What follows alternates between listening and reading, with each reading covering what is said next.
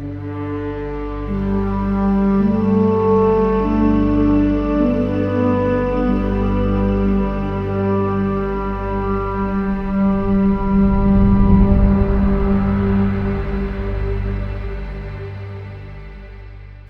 welcome to Evidence for Faith. It's your host, Michael Lane. So glad you're joining us today as we're continuing our series on science in the Bible, where you're going to see, as we've been learning all along, the science is not in conflict with the Bible. They actually go together. And as some scientists like Louis Pasteur said, actually science should point us towards God, because that's the way it is. God's word is accurate. It's written by a holy God who is absolutely perfect. So if God is holy, he's perfect. What science he gave us is going to be accurate, what's in the Bible. Now, as I've said in practically every lesson, this is not a science textbook. It is not. It's not designed for that at all. But there are little tidbits of science that you find in here. And this was written thousands of years ago, and the thing is, it is still accurate today. Unlike a science textbook that has to constantly be re-edited, like all the time, because there's so many errors that keep popping up as we make new discoveries, the Bible has stood strong through all this. Those scientists disagreed with it many times.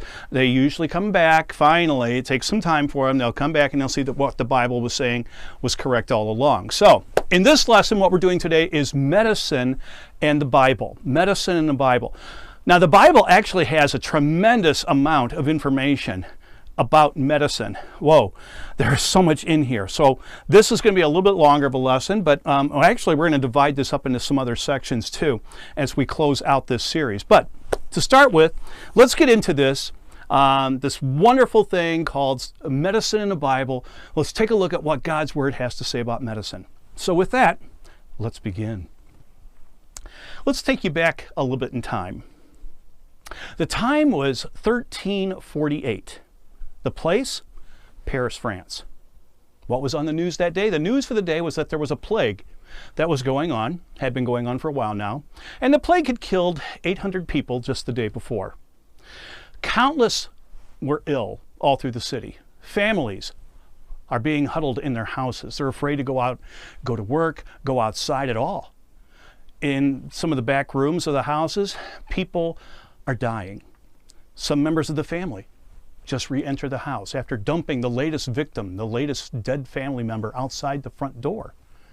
Out the window, maybe you can see a person walking with a mask made of flowers stuck up in their face. You see, the 100 Years' War was in its infancy when this plague, called the Black Death, when it hit the city. Paris, at this time, was the most populated city in Western Europe, with a population estimated to be over 200,000 people. That's not too big compared to some cities today, but back in the 1300s, that's huge. But the city walls had not been expanded for over 100 years, and more people kept coming in and living, and people were reproducing. This meant that the entire population was huge and crammed into a very, very tiny, small space. There's no sewer systems. There's no sanitation systems to remove the garbage, no garbage trucks or anything. Feces were often just poured out into the street. Food waste were just dumped out in the streets. There was litter, there was filth everywhere. This alone was cause for a population explosion of rats in the streets and living in the homes too. People were dying so quickly, and there was no means available for them to even be removed and taken to the cemeteries. The cemeteries were overflowing. There were bodies just piled up everywhere. Mass graves started being dug all around the city wherever there was space, and they were just dumping bodies in there because there was no other place to put them. The plague actually hit in two stages. First was the bubonic plague, which most people are familiar with that one. The bubonic plague was making the people sick. Many died directly from this plague, this disease, this bacterial disease.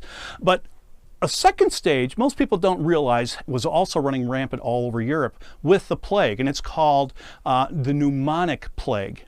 The way this happens is the bacteria from the bubonic plague enters into the lungs. Now, when it gets into the lungs, this causes people to cough, making it an airborne disease inside their homes where actually the people are living. It has been noted that people who were perfectly healthy the night before they went to bed, by morning would be dead. people began to make excuses. What's causing the Black Death? Some said it was done by the Jews. It's all because of the Jews, because they murdered Jesus. This reason alone is so sad because it gave cause for over thousands of Jews to be murdered throughout all of Europe. Others said it was a curse on God because man had sinned. And it was God's curse just because of the sinful man that we have become. This resulted in hundreds of people taking whips and chains and walking around the city, striking and beating themselves on the back. They were called flagellants due to the flagrum, which is the name of a type of whip that they carried, and they would walk around beating themselves, putting anguish and torment upon themselves, trying to appease God and his anger. So what was the scientific community saying through all this? Well, the general thought was the plague was being caused by, believe it or not, an astronomical alignment of Mars, Jupiter, and Saturn. And also, there had been a comet that had come right at the beginning of it. So they were saying it was something from astronomy that was causing it. Because there was no microscopes, no modern lab equipment to study with, imaginations were just running wild on what was causing it. But eventually, the plague stopped. How did that happen? Well, much of this was due to some monks in different areas who went to the Bible, the Holy Scriptures, for help. They read about quarantining ill people instead of just leaving them in the same room and in the same house or even sleeping in the same bed with somebody who was healthy. So this passage, one of the passages that they took to help them find a way of starting a quarantine, actually came from the Bible, from one of the books of Moses, the Torah, and it was written around 1450 BC. 1450 BC. I mean, that's a long time ago. And it reads, this is Leviticus chapter 13, verse 46. It says this, talking about ill people, he shall remain unclean as long as he has the disease. He is unclean. He shall live alone. His dwelling shall be outside of the camp. The monks, taking this verse right there, started applying it in places, and they started to see the plague and the illnesses starting to decrease. Isn't this interesting? That this passage is used in modern medicine today. Who today on this planet is not familiar with the word quarantine? We use this all the time now. We commonly quarantine people who are contagious. And the thing is, this has been in the Bible since 1450 BC. It was ignored for centuries. And the thing is, it's absolutely correct. The Bible was correct at this. It amazes me how medical doctors, and it amazes many medical doctors that I know of and other scientists, how accurate the Bible has on information on how to deal with germs, how to deal with bacteria, how to deal with viruses, because those things weren't even known about in 1450 BC. The code that we're talking about and we're studying here is the Mosaic Health Code, and it is a remarkable code written by Moses in 1450 BC, and the thing is, it is so accurate even to this day. How did they know about this? Well, they got it from God. Moses didn't write this. In fact, the Mosaic Health Code was the actual first, as far as I am aware in studying history, it's the first written health code in history, human history. It dates back into, like I say, 1400s BC, and it still runs perfect in promoting good health and preventing illnesses today. Even today, like I say, it baffles the minds of scientists. How could such a perfect code dealing with bacteria and viruses, how could this thing have been designed and everything and be written so long ago and it still is perfect today? So what we're going to do is we're going to examine the health principle, the way that we're going to do this lesson. I'm going to give you a health principle that's taken right out of the Mosaic Health Code. Then what we're going to do is I'm going to give you the passage. I'll give you the title first, then I'll give you the passage or passages, and then we will explain what that passage is saying about the bacteria and viruses or whatever, the fungal, the allergies, the spores. Yes, all this stuff is in there. So we'll do it that way. So we'll start off with, since we're talking about quarantines, let's go with quarantines. So the first principle, quarantines. And we already read one verse, but here's another passage from the Mosaic Health Code. It's Numbers chapter 5, verses 2 and 3. Now, I'm reading these out of the English Standard Version because that's a word-for-word translation, and so that's the translation I'm using here. Command the people of Israel that they put out of camp everyone who is leprous or has a discharge, and everyone who is unclean through contact with the dead. You shall put out both male and female, putting them outside the camp, and that they may not defile their camp in the midst of which I dwell.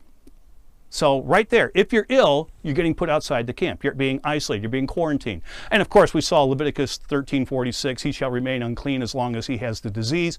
He is unclean. He shall live alone. His dwelling shall be outside the camp. So we have two verses here, two passages that specifically are saying someone's sick, you don't keep them in with the healthy. You get them isolated, and that's what this is. Now, many translations on this passage here, because they use the word leprosy. So many translations specifically mention that this pertains directly to leprosy alone. Well, that is not true.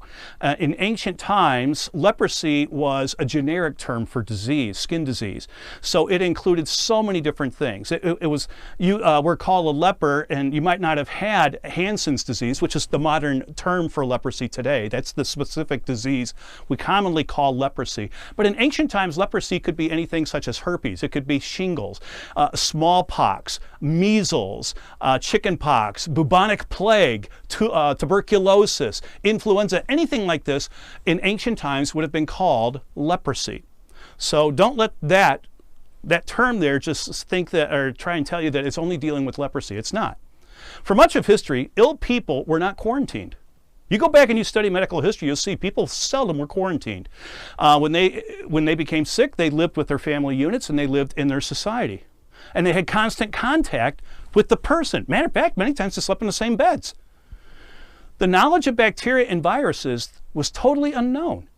But this practice of quarantining does help prevent the spread of many, many communicable diseases. Modern science now knows that this is a very, very useful method for treating illnesses. Now, that's quarantine. Let's go to a second principle. Personal hygiene. This is a fun one. Personal hygiene. In Leviticus chapter 15, verse 7, we read, "And whoever touches the body of one with the discharge shall wash his clothes and bathe himself in water and be unclean until evening." Okay, that's a fascinating passage right there. But let's go to another one. Here's Leviticus 15:13. Just go down a little bit. "And when the one with a discharge is cleansed of his discharge, then he shall be counted for himself 7 days for his cleansing and wash his clothes. And he shall bathe his body in fresh water and shall be clean." You notice this is all talking about taking a bath. Taking a bath is very great. It's a great thing to do. It's great for yourself. It's great for your neighbors. It really is. Maybe they won't tell you that, but they appreciate it. Being a teacher in school for many years and then teaching elementary school for a while, some of those kids I could tell never took a bath all week long. By Friday, oh my gosh, I needed a gas mask sometimes. People just don't, a lot of times, do not like to take baths, particularly kids and stuff. But laying around ill, as this is talking about, when you're ill and stuff like this or whatever, laying around ill and never changing your clothes, even when you get better, that's not good hygiene. Just good hygiene is to wash, is to bathe yourself. Now, granted, true, I don't disagree with this at all. In Western society, people take too many baths. I personally know a couple of people that take 2 baths a day. They take one in the morning, they take one in the night every single day of their life. They're doing this. That's maybe a little bit too extreme. Bathing is still helpful, though, for making one clean. And why? Because it washes off and kills the pathogens. Soap kills the pathogens, things that are disease-causing, and so it makes one also feel better.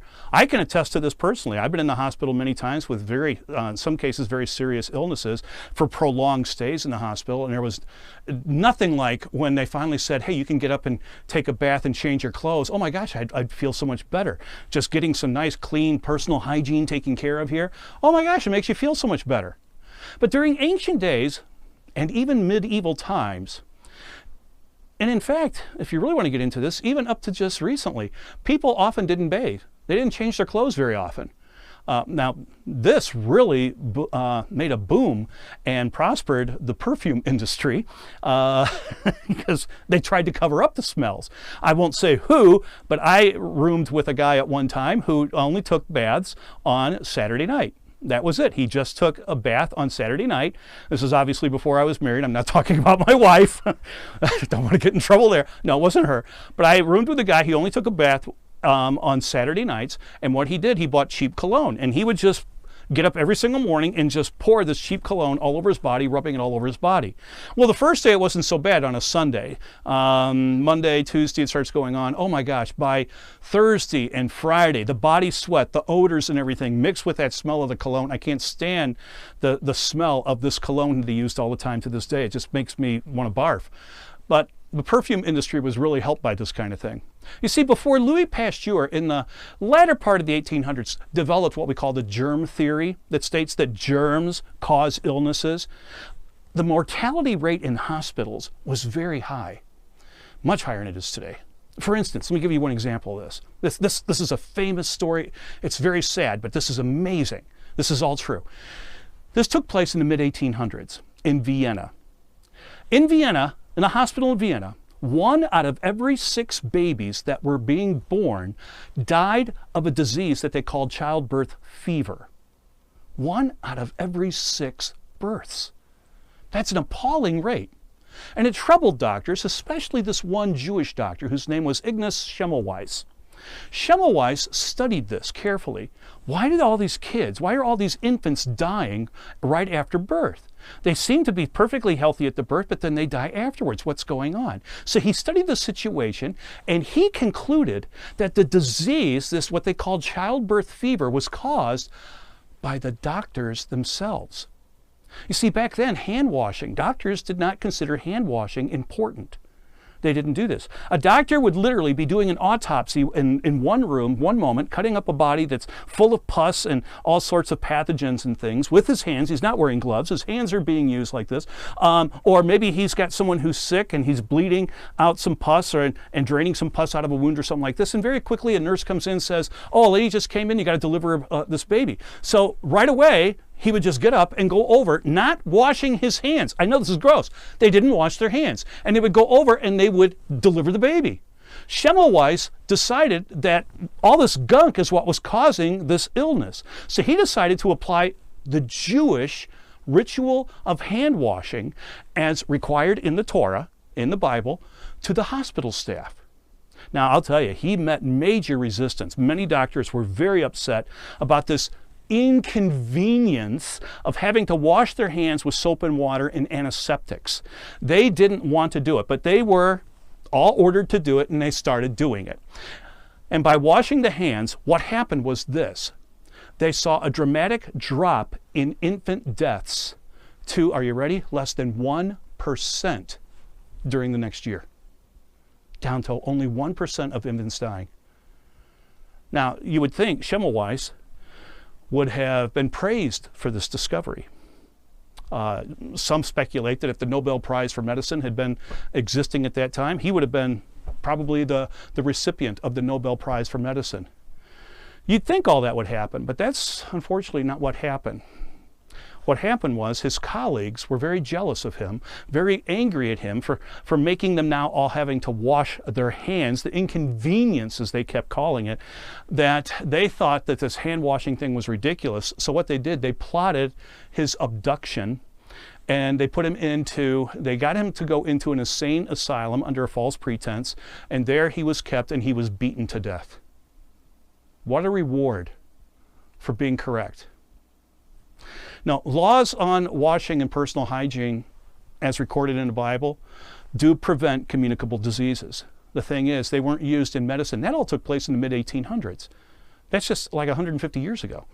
But finally, doctors, as we get to the latter 1800s, after the work of Louis Pasteur and others, we start seeing that washing is very important. And even into the 1900s, this still took some time for some doctors to see the importance of personal hygiene. So it's taken a long time for this one to be accepted and for some doctors to even promote it. But today, Now, as you know, hand washing is so common with this COVID panic that's gone all over the world. People wash their hands all the time, and that's what it is. I used to teach microbiology and working with bacteria and stuff often, and I've had students that used to count how many times I would wash my hands per day in my lab, because I guess I was teaching them without even realizing it.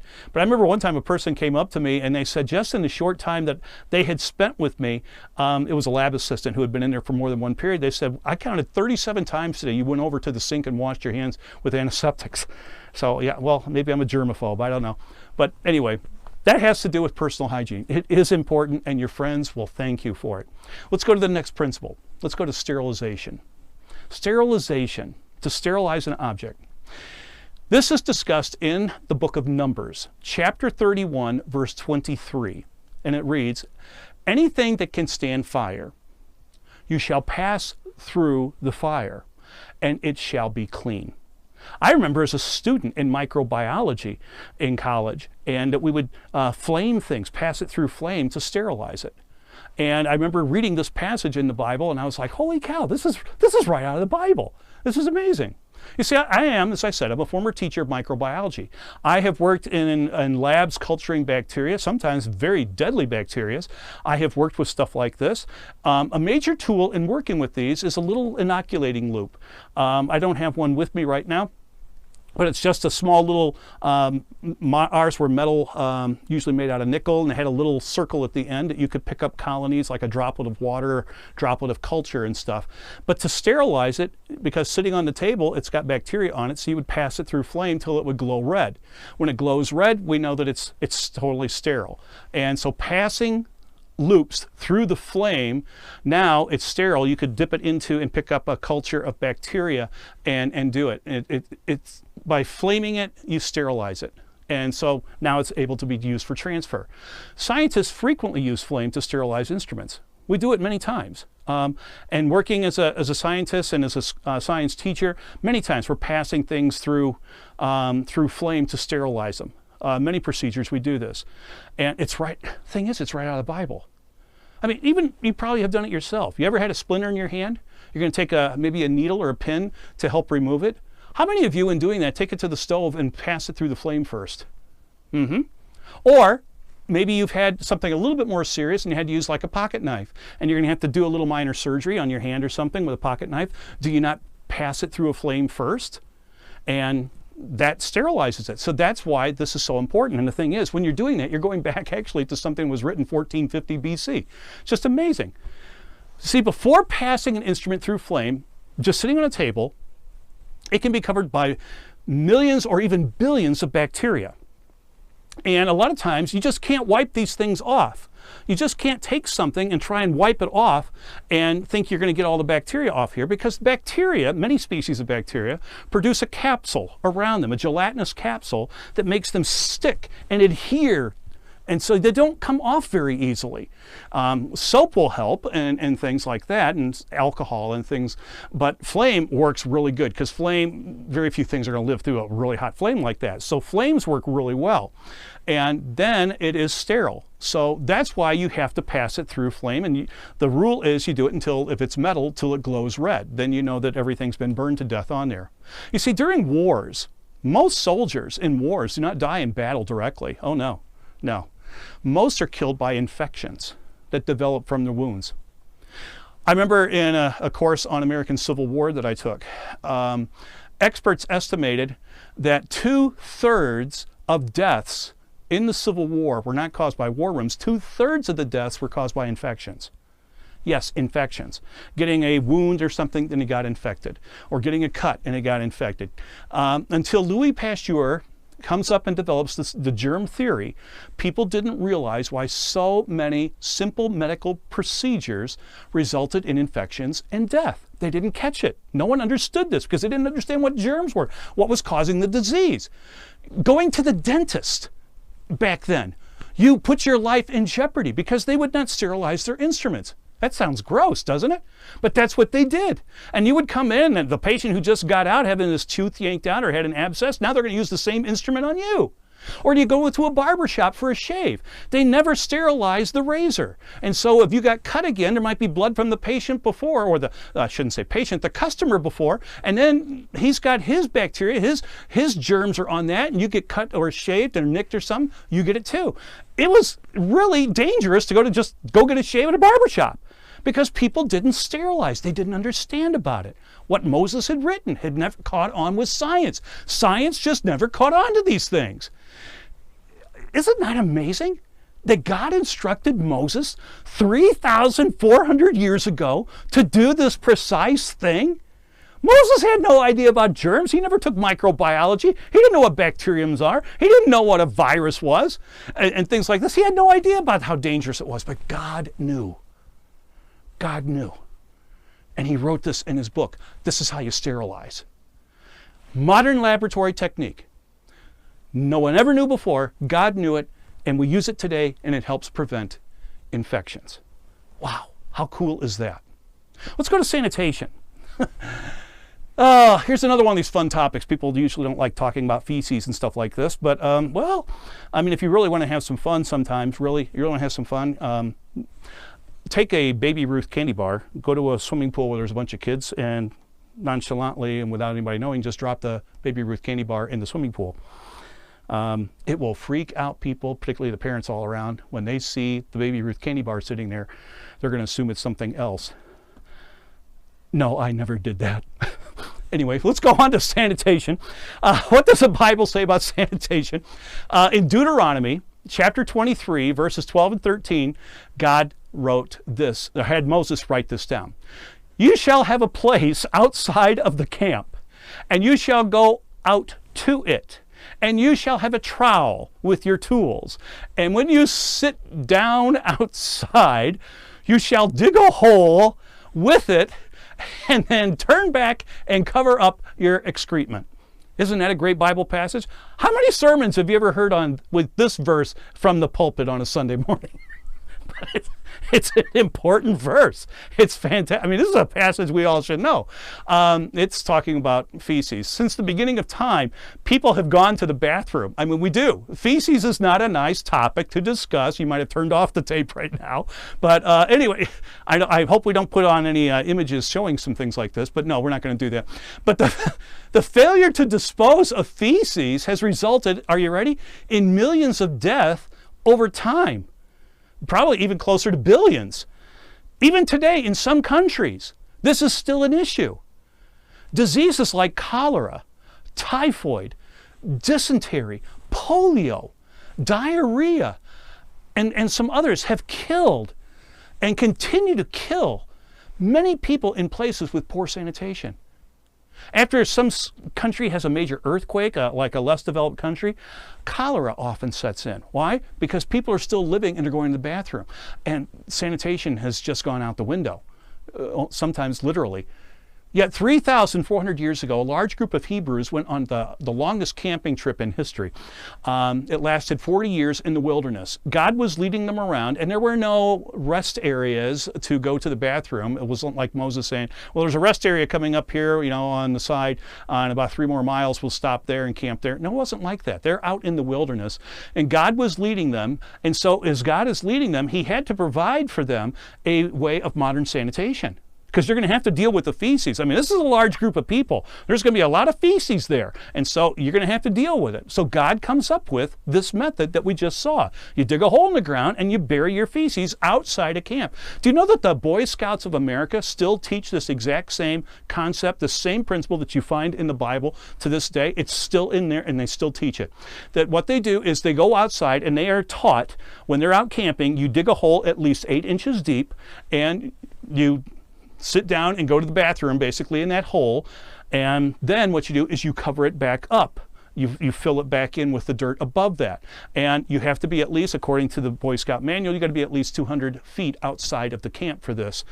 So it's a safe distance. If it rains or something, the water's not going to generally come back into the camp and contaminate everybody. Let's talk about another principle, sort of similar in the same way, garbage disposal. Oh, this is a biggie too, garbage disposal.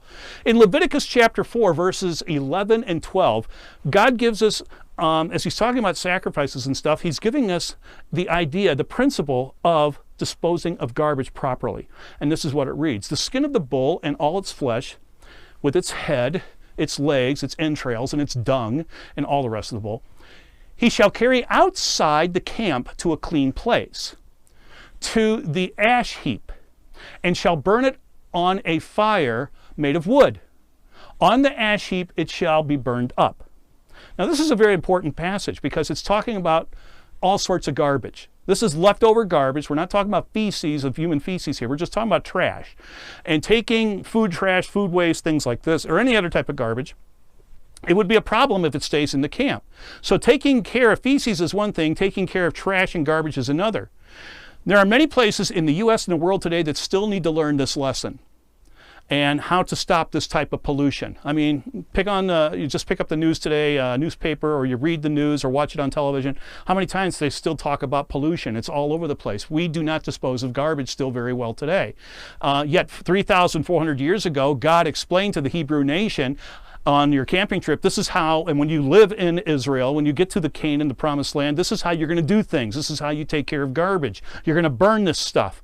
And that's what they were supposed to do. It's taken so long, people still don't understand it. To leave trash, to leave food waste around just gives vermin free food, and it rings the dinner bell for all of them to come if there's free food sitting out in the street or whatever. This is what Paris's problem, part of its problem was. They were throwing waste just out in the street. Well, the rats were just, hey, let's go over here and have a meal. I mean, they get together, have conventions and stuff. So with these pests and scavengers, they bring disease. Viral and bacterial diseases can quickly overpower large populations of people. History shows it. The Black Death is a classic example of it. Ancient Rome went through plagues like this. And almost every other major city, from ancient times to even to today. And what do we see as a result of this? Because we don't do proper trash disposal, we see diseases such as the Norwalk virus, hepatitis, gastroenteritis, cholera, typhoid, dysentery, and many more. We'd be standing here for a long time reading how many other diseases can come and have an outbreak because of this. Even in the United States, when garbage is not disposed of, we run into problems like this. But the Bible has a solution. The Bible's not some antiquated book that is not important and its science is wrong. No, the Bible is what we're seeing is actually very accurate on all this and how you take care of it. It has a solution for it, and it was given at a time, which amazes me, it was given at a time when no one had any knowledge of what a virus was, what a bacteria was, yet it showed how to take care of this. How many lives could have been saved if we had simply followed God's plan? Wow, that sounds like a sermon right there. Let's go to another one. People often don't think about that's in the Bible, in this code. Let's talk about fungal diseases and spore-borne allergies. And you might be sitting here like, what? The Bible talks about spore-borne allergies? Fungal disease? Yes, it does. Now, to make this passage I'm going to show you, because as we can go on and give you the principle, then we're going to do the passages. To do this, and some of these are a little lengthy, I want to make sure that you understand it. So I'm going to change translations to go to the God's Word translation. God's Word translation is a translation that it's a sort of like a combination between a word-for-word translation and a thought-for-thought translation. It sort of puts it in there. But the translators in making this translation tried to make it succinct and trying to keep it as simple to understand. Trying to stay close to exactly what God is saying, but trying to put it in words that people will understand very easily and get the meaning of. So let's use the God's Word translation for this passage here, and it'll make it a little clearer. The English Standard Version's a little harder to understand on this one, the readability on it. So Leviticus chapter 13, it's going to be verses 47 through 59. It's going to be our first part here we're going to read. And it reads this. Now, about clothing. If there is a green or a red area on a piece of clothing that is woven or knitted from linen or wood or on any leather article, it's mildew. It must be shown to the priest. The priest will examine it. And the priest will examine the mildew and will put the clothing in a separate place for 7 days. On the seventh day, he will examine the area again. If the spot is spreading, it's unclean. He must burn the piece of clothing or the leather article because the mildew is growing. But if the priest sees that the area has not spread, he must order the area to be washed and put the clothing in a separate place for 7 more days. The priest will examine the area again after it is washed. If it doesn't look any different and the mildew has not spread, it is still unclean. It must be burned. Whether the area is on the outside or on the inside. If the priest sees that the area is pale after washing, he will tear it out of the clothing or the leather. However, if it shows up again, you must burn the clothing or the leather article. But if the area disappears from the woven or the knitted clothing or any other leather article, when it is washed, wash it again and it will be clean. And these are the instructions for deciding whether mildew in clothing that is woven or knitted from linen or wood or any other leather article is clean or unclean. So that's one passage talking about mildew specifically and the spread of mildew. But here's another one. In Leviticus chapter 14, verses 34 through 47, we're going to read some more about this. When you come into Canaan that I'm going to give you, mildew may appear in a house. The owner of that house must come and tell the priest that there is something that looks like mildew in the house. Before the priest examines the house, he will order everything taken out of it so that nothing in the house will become unclean. Then the priest will go inside to examine the house. He will examine the mildew area on the walls. If it's green and red in sunken areas that are deeper than the rest of the wall, the priest will go out to the door of the house and close up the house for 7 days. On the 7th day, the priest will go back and examine it again.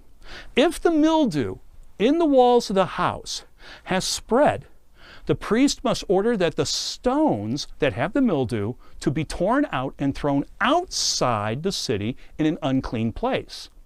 He must have the entire inside of the house scraped.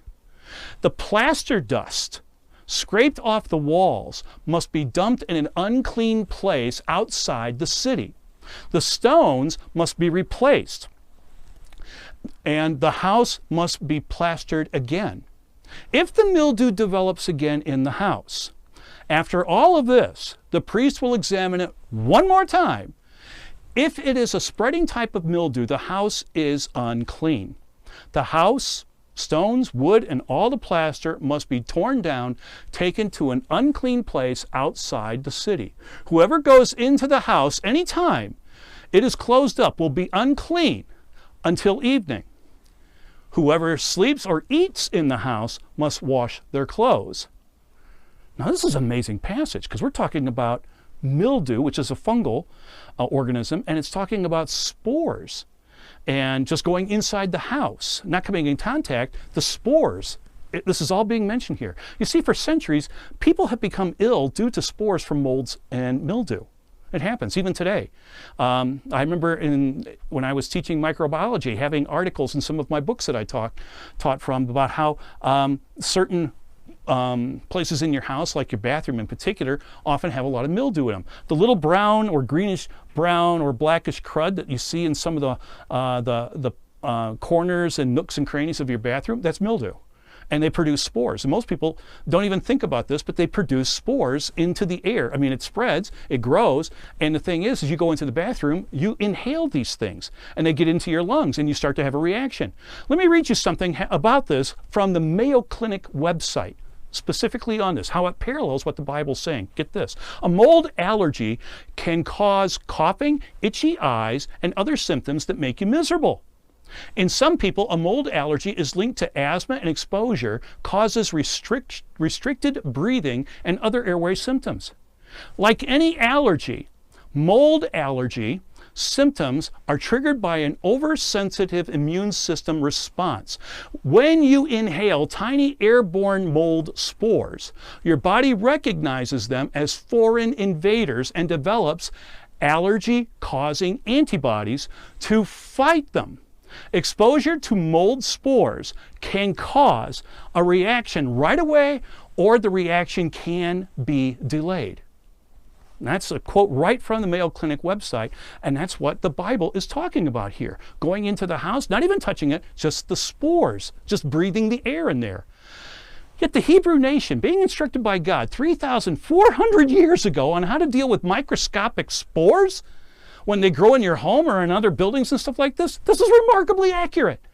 God's law also includes ways to test cloth and other materials for contamination.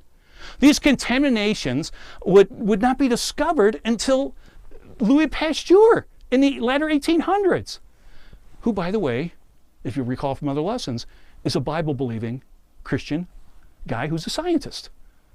Can't help but to wonder how much information Louis Pasteur got out of the Bible himself. I'll tell you, I even worked, when I was working in microbiology, there was a family that contacted me because they had built a brand new home, had a construction contractor come in and stick build a new home for them, and within a year there was green mold growing all over inside the rooms, on the ceilings, on the walls, etc.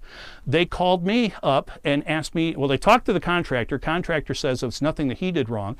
So they contacted me, can you help tell me what this is? I took samples, took it back to the lab. I identified what the spores were, what they were, what the things were. And I even said, well, it's really strong in here. So I had a device that I could do a spore count in just the air. So we set this up and we took air samples. And then I cultured the air samples.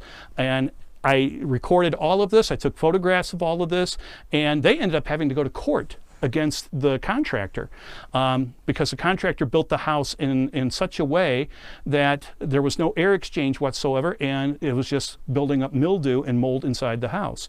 And the family who invited me over, took them to court, and my testimony and stuff, my evidence was entered in, and they won their case. The contractor had to pay them totally for the house, and the house had to be destroyed because it was just, I mean, it was everywhere by this time. And interesting thing happens like this, but this is like right out of the Bible. This is what it's talking about. Let's talk about dermatology. Dermatology, you might be thinking, why dermatology in the Bible? What's that got to do with anything? Oh, this is interesting. You see, in Leviticus chapter 19, verse 28, and we're back to the English Standard Version now, it says, or you can read, "You shall not make any cuts on your body for the dead or tattoo yourselves. I am the Lord." Now, for a number of years, or a number of years ago, I got to tell you a story. Dealing with this. A number of years ago, a science teacher in Florida did an experiment. And what he was going to do, he was teaching middle school. He was going to do an experiment where he was going to let his students with microscopes look at their own blood under the microscope. After explaining what he was going to do, he took a cotton ball, just an ordinary cotton ball, and he took a dissecting needle. Using some alcohol, just rubbing alcohol, he saturated a cotton ball with alcohol. Then what he did is he took the needle and wiped it with the cotton ball saturated with the alcohol. Then with a big needle like this, he went around and he poked a student, his first student. He poked a student. Then what he did, right after poking, he still had the cotton ball in his hand. He wiped it again, went to another student, poked it, wiped it again, went to another student, poked it, wiped it again. He did this for all 30-something kids in his class. Well, yeah, they got to see their blood, but they also got something else. By wiping this off, just with a cotton swab, there was a problem. What ended up happening in just days or weeks, I don't remember exactly how long, not long period of time afterwards, every single student in his class came down ill, and they found out it was hepatitis. What? As they investigated this, the superintendent was finally informed that what the experiment was the teacher had done with that class and how he had done this, and it just so happened that the first person he poked had hepatitis. So what he did, he was using his needle, not just to poke, but he was transferring the hepatitis pathogen to every single one of his students. Just wiping it with the alcohol, with rubbing alcohol, does not sterilize like that. It doesn't do it. So every single one of his students came down with hepatitis because they're being poked with this needle. Now, since the days of the pharaohs, and people in Canaan, the Philistines, etc., they were very much into skin cuttings and tattoos. That's been popular ever since. Matter of fact, until the modern motif, tattoos now have just really sprung into the 21st century. People are getting tattoos all the time. When I was a little kid, hardly anybody had a tattoo unless you came out of prison or were in the military. Hardly ever did you see a person with a tattoo. Today, even grandmas get tattoos. I don't understand some of this stuff. But people get tattooed all the time, or they have cuttings and stuff causing scars in certain patterns. Well, in ancient times, now that's not the way most people do it today, but I will tell you, sometimes even today, I have seen people that have walked around with modern tattoos, modern teenagers and college students and young adults walking around with tattoos in their arms and other places. And the thing is, it's a cultic symbol, and they have no idea. When I've actually questioned a person about it, I said, I'm just curious, so can I see your symbol? And they let me see it, and I said, I'm curious, why did you pick that? Oh, I thought it looked cool. I recognize it because I studied Canaan religion, the mythologies and stuff, and these are all symbols. A lot of these are symbols that they had on their body, and they had no idea that that's what they were. You see, back in those days, tattoos were often associated with pagan religion, with idolatry, or references to the dead. Archaeologists tell us that the ancient Canaanites and the Philistines, when Moses was leading the people and Joshua took them into the Promised Land, that the people there were commonly tattooed and had body cuttings. Rahab, the prostitute at Jericho who hid the spies, was probably tattooed like Lydia the tattooed lady. She was probably very, very colorful. Ruth the Moabitess probably was very colorful also with tattoos and things because they had these, they grew up, it was part of their culture. And some of these symbols, like I say though, are used in cultures, and they've now made it their way into modern America and pop cultures. Now what's happened is, in ancient times, of course, they did sort of like what that Florida teacher did, just poking with needles with inks and stuff on them. And without knowing about sanitation and flaming to sterilize, you get diseases. Two major diseases associated with tattoos, hepatitis and tetanus, still happens in this world today. Even in modern times, because in some tattoo places, they still do not use modern aseptic technique to sterilize instruments in between. Now, most of the time in the United States, they do, because there's laws in the United States, but you go out to other countries that don't have these laws, you still see these kind of diseases popping up. God was telling the Israelites, hey, you know, this is not a good thing to do. You know, for one, it's having to do with idolatry, and I am the Lord, you worship me, but also there's diseases that come along with this. Now, the purpose of this, what I'm getting into, I'm not trying to condemn tattooing. I'm not saying that. It was forbidden for the ancient Israelites. In the Old Covenant, it is definitely forbidden for Israelites to get tattooed and to have cuttings, definitely. I don't want to get into the whole thing today on that. That's not the purpose of our study here. But that's what it was. And the two reasons basically for that was, one, the tattoos were associated with idolatry and pagan religion. Second, it caused bacteria and viruses to enter into the body. You see, our skin is an effective barrier against bacteria, against viruses. God designed us a fascinating system that works beautifully, and our immune system, when it works properly, is an amazing flow chart of how everything works to keep us healthy in this filthy world we live in. But when this barrier, we call the skin, is compromised, germs and viruses, bacteria can easily enter into our bodies and make us ill. God knew about this. And it would take a couple of millennium before man actually discovered why this was happening. But God knew it. So, fascinating thing. Let's talk about another principle. How about physical fitness? Yes, don't I? Well, we won't go there. But anyway, physical fitness. It is mentioned in the Bible. Actually, in a passage you probably are all very familiar with. It's in Exodus chapter 20, talking about the Ten Commandments. Look what it says in verses 9 and 10. 6 days you shall labor and do all your work, but the seventh day is the Sabbath. To the Lord your God, on it you shall not do any work. God is telling people to take a break.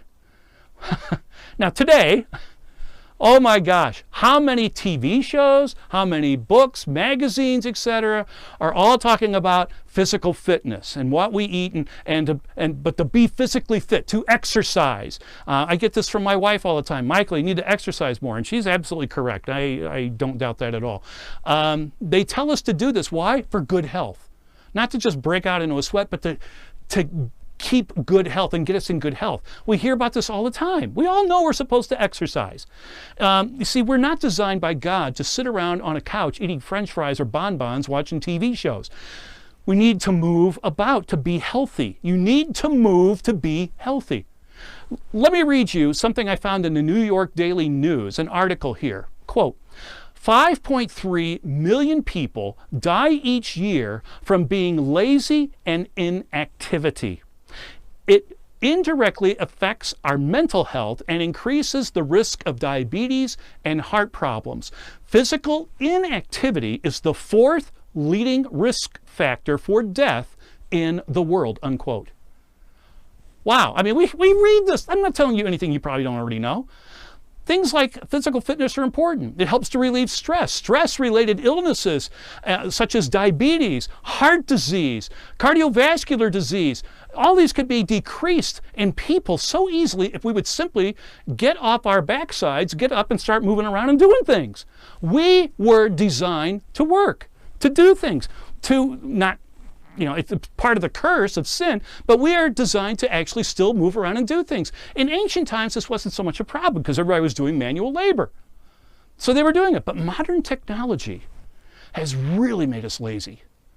Really lazy. A lot of people today just sit at a computer all day long. They never get out of their chair. I know this so well because it's sort of like me. I have to literally get up, force myself to take breaks to get up and move around because I'm writing. I spend most of my time writing. But in this passage that we just read, one could read that we are to work.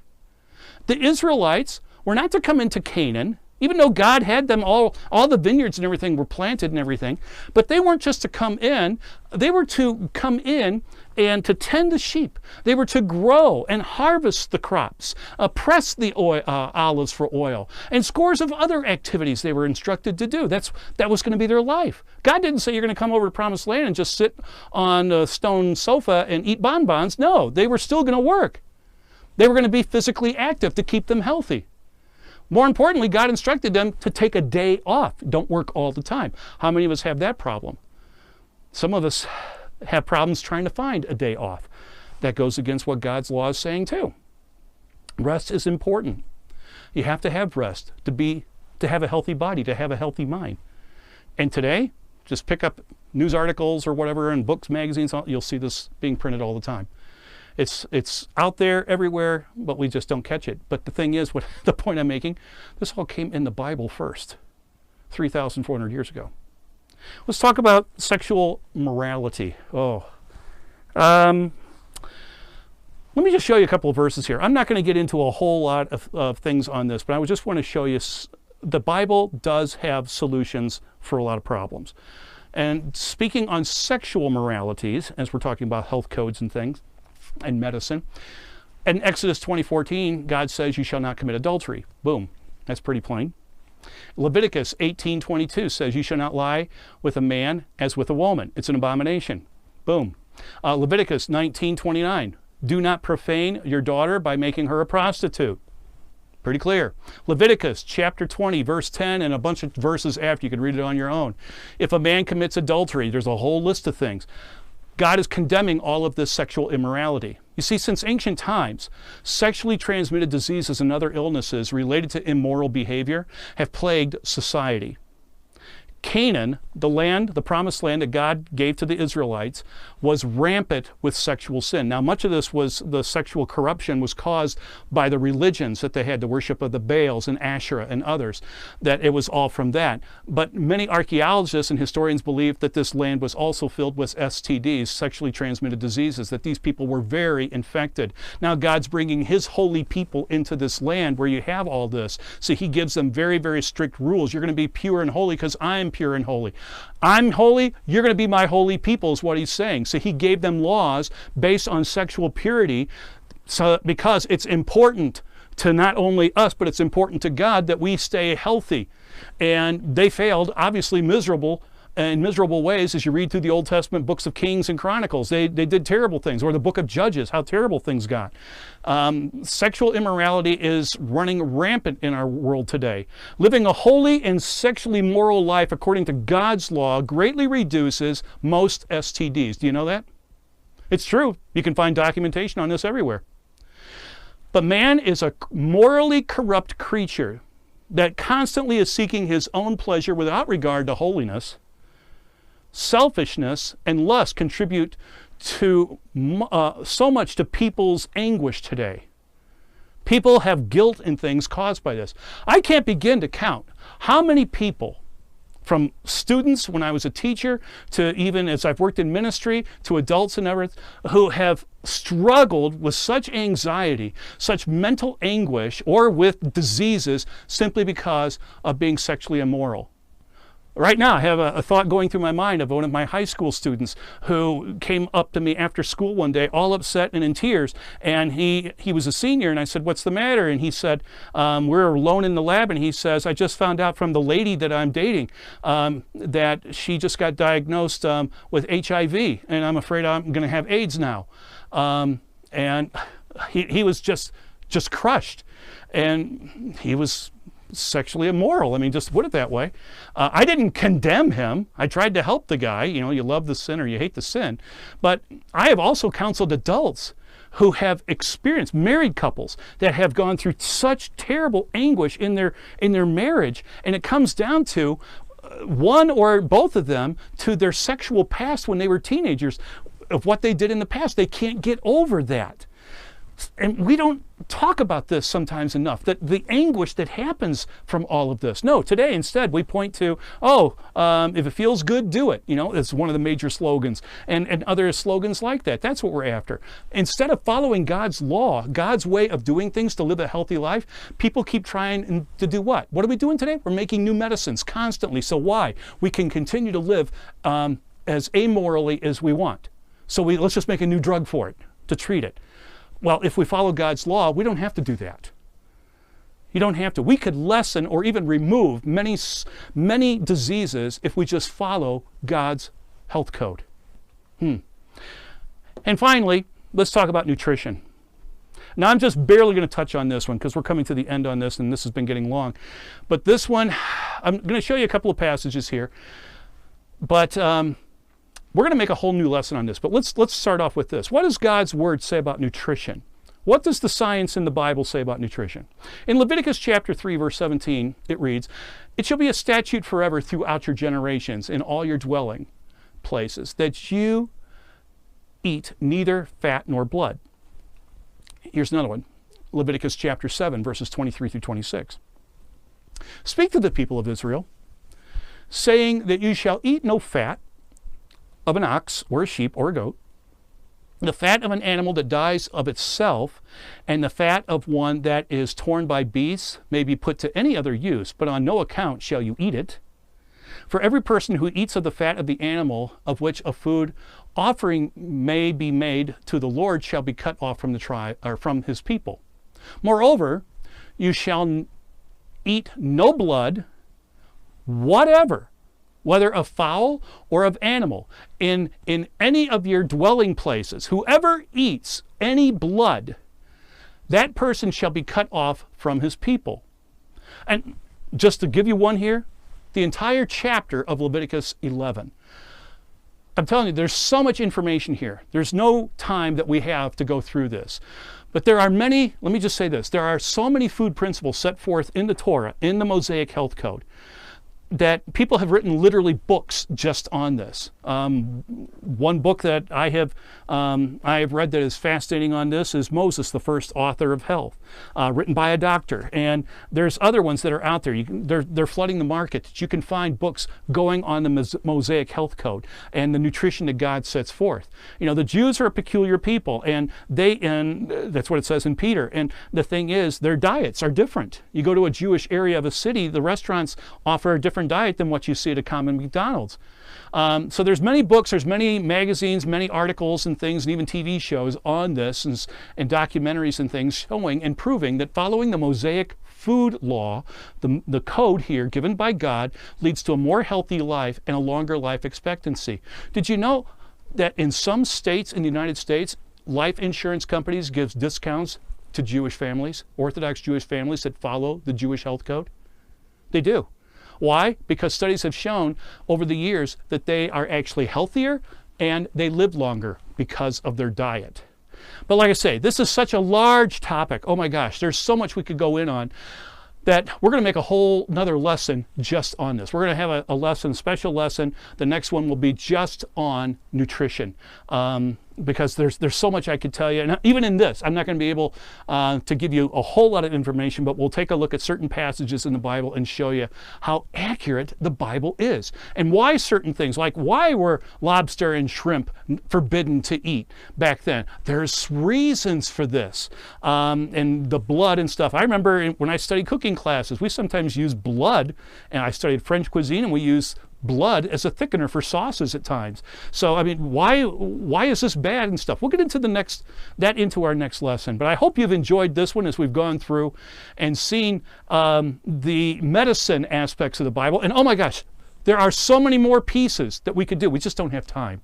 There's books on it you can buy, you can download and stuff. Some are written by Jewish doctors and things, following the Mosaic health code or the kosher food laws. It is amazing what you can find out.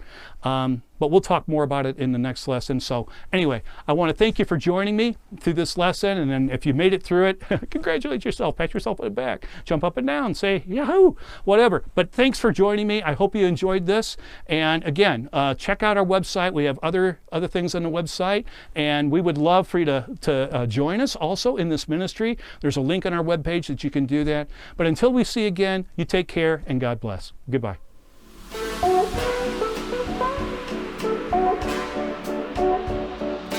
Thank you so much for watching. If you enjoyed that content, you can find more like it on our channel and on our website. You can also book us and get the live experience, which in my opinion is even better. But who knows, I'm a little biased. You can also help us keep this content free by liking, sharing, and subscribing to our channel or our other social links. You can also help support this ministry by donating online through our website or in the link down in the description. And on that note, may the Lord be with you, and we'll see you on the next video.